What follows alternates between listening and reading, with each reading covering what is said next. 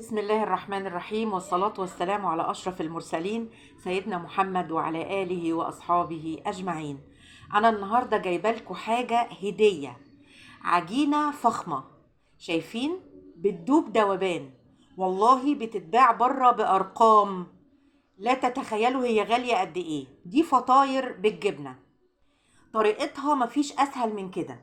ما فيهاش خميرة، هي بيكنج باودر بس.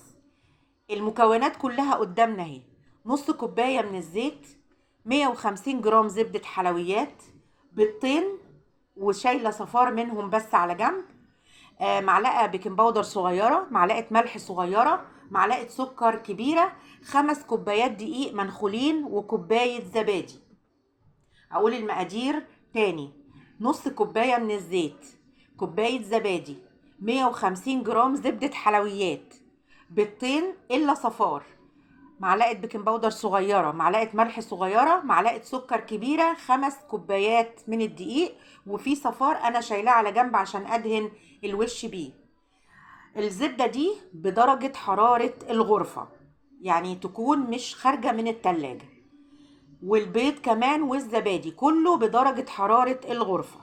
كده أنا حطيت الزيت والزبدة على بعض وعليهم الزبادي، وهحط كل المكونات اللي قدامي دي ما عدا الدقيق عشان امزجهم مع بعض واقلبهم. وحطيت البيض وكله والملح وكل شيء قدامي. كده تمام. هبتدي بقى اهرس الزبدة علشان اعرف لما احط الدقيق اعرف امزجهم كويس مع بعض. طبعا الزبدة بتتهرس معايا بسهولة لانها مش متلجة، هي بدرجة حرارة المطبخ. كده تمام. هبتدي اهرس المكونات السايلة دي عندي كويس وامزجها كويس: الزبادي مع الزيت مع الزبدة مع الملح مع السكر مع كل الحاجات اللي احنا حطيناها. هتبقى فاضلة على اني انا احط الدقيق بس. معايا 5 كوبايات منخولين من الدقيق. انا بركز على المقادير لان المقادير مهمة جدا في الوصفة دي يا جماعة، هتطلع معاكو في منتهى الجمال. كده خلاص هبدأ احط الدقيق. مظبوط كده. انا هنا لا ببس ولا بعمل اي مجهود، العجينة سهلة جدا ما فيهاش اي جهد. مجرد ان انا بمزج الدقيق بالمواد الدهنية اللي موجودة في العجينة بس. عايزة احصل على عجينة لينة طرية اقدر اشكلها، هو ده بس اللي انا عايزاه من العجينة. هنا انا مجرد ان انا بمزج بس، مش ببس خالص زي القراقيش والحاجات دي، هي ما فيهاش بس. كده تمام. انا بخلط بس فقط زي ما انتوا شايفين كده لحد اما الدقيق عندي والمواد الدهنية ما يبقوش مفرولين كده، يدوني عجينة لينة. عجينة لينة اعرف ان انا اشكلها، تعرف تتشكل يعني. مظبوط الكلام. بس في منتهى السهولة، العجينة سهلة جدا في ايدي ما فيهاش اي مجهود. هتعملوها بمنتهى السهولة، مش هتاخد منكم اي جهد. تقريبا هنا انا هحتاج نص فنجان زيت. انا حطيت هنا نص فنجان من الزيت عشان بس تلين معايا. كده تمام. كده العجينة ظبطت في ايديا. يبقى احنا خدنا كمان حوالي نص فنجان صغير من الزيت على المقادير اللي احنا قلناها. كده مظبوط. والعجينة في منتهى الجمال ظبطت معايا اهي ولمت. شايفين العجينة اهي جميلة جدا وطيعة، هقدر ان انا اشكلها بسهولة. هنا خلاص العجينة خلصت، بسيبها بس ترتاح 5 دقايق.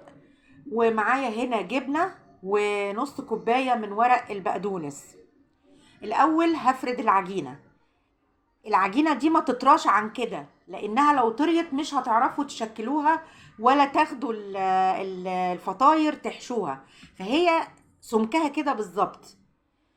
هفرد جزء جزء منها على الترابيزة زي ما انتوا شايفين كده. هحطها على الترابيزة وبعدين هجيب النشابة افرد العجينة حوالي نص سنتي. انا مش عايزاها سميكة اكتر من كده ولا رقيقة، هي في حدود نص سنتي تقريبا. تفرديها بالراحة. هي طرية وكويسة جدا، ما فيهاش اي صعوبة، مش هتشكلك اي صعوبة. كده تمام. احنا لحد دلوقتي ما فيش اي مشاكل، حاجة سهلة وسريعة وما فيهاش اي حاجة. انا ما قطعتش حاجة، بوريكم كل حاجة بالتفصيل عشان الموضوع سهل جدا. يعني هتعمليها وهتدعيلي. طعمها خرافي في الجمال، في منتهى الجمال، حاجة فخمة فعلا. وبتتباع والله بره بأثمان غريبة، يعني انتوا عارفين. هنا خلاص فردت العجينة بالسمك اللي انا عايزاه. تمام كده. سويت الوش كويس جدا عشان الفطاير تطلع متساوية، وهبتدي اقطع بالكوباية كده. تمام. ادي حجم الفطاير اللي احنا عايزينه، يا دوبك هو الحجم ده بالظبط.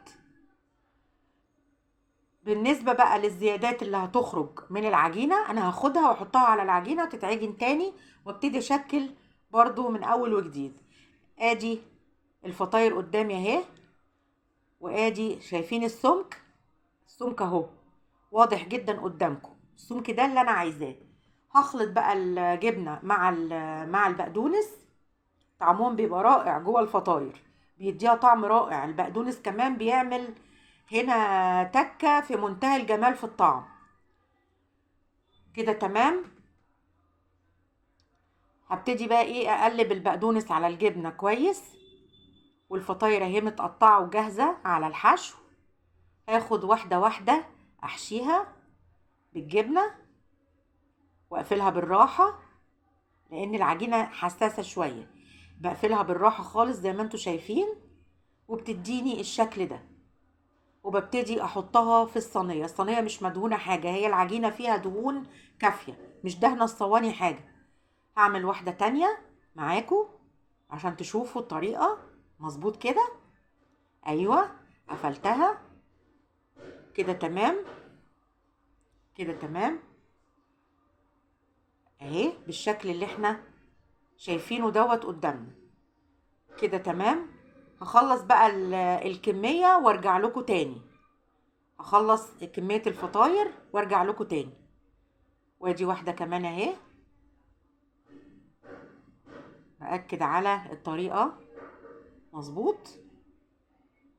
ايوه، حاولي ان الجبنة ما تطلعش من الفطيرة، يعني تقفلي عليها برضو كويس. مظبوط كده. تمام كده. هبتدي برضو افرد واعمل نفس القصة في بقية العجينة. كده انا خلصت الكمية كلها. معايا صفار البيض، عليه معلقة من الزيت ومعلقة من الخل عشان الزفارة. ببتدي ادهن بيه وش الفطاير كويس جدا. بدهن بيه كل الفطاير اللي موجودة عندي. شايفين رامية كمية قد ايه؟ دي 5 كوبايات دقيق بس، في منتهى الجمال. رامية كمية حلوة جدا. لو اشتريتيها من اي محل او اي فرن هتبقى برقم. هنا خلاص انا خلصت دهان الفطاير معاكم. وادوني بقى لايكات، استعدوا بقى. معايا هنا سمسم وحبة البركة علشان ازوق بيه وش الفطاير. وفي اللحظة دي خدي بالك، ببدأ اولع الفرن علشان يسخن. اي معجنات بنعملها لازم نولع الفرن قبلها وتدخل على فرن سخن. هنا انا ولعت الفرن على درجة حرارة 200 عشان بتدخل على فرن سخن قوي، وهي بتستوي برضو على درجة حرارة 200. عملت شوية بحبة البركة وشوية بالسمسم وشوية مشكلين، وخلصت كده الكمية وسخنت الفرن وكله تمام. ابتدي بقى ادخلها الفرن. كده تمام معايا لحد كده كله مظبوط. خرجت معايا وخدت حوالي ساعة الا ربع. تحفة والله العظيم، طعمها رائع وجميل جدا. هتدعولي وهتعجبكم. أرجوكوا جربوا الطريقة وادعولي وادوني لايك وشير وسبسكرايب للقناة. تحياتي ليكم.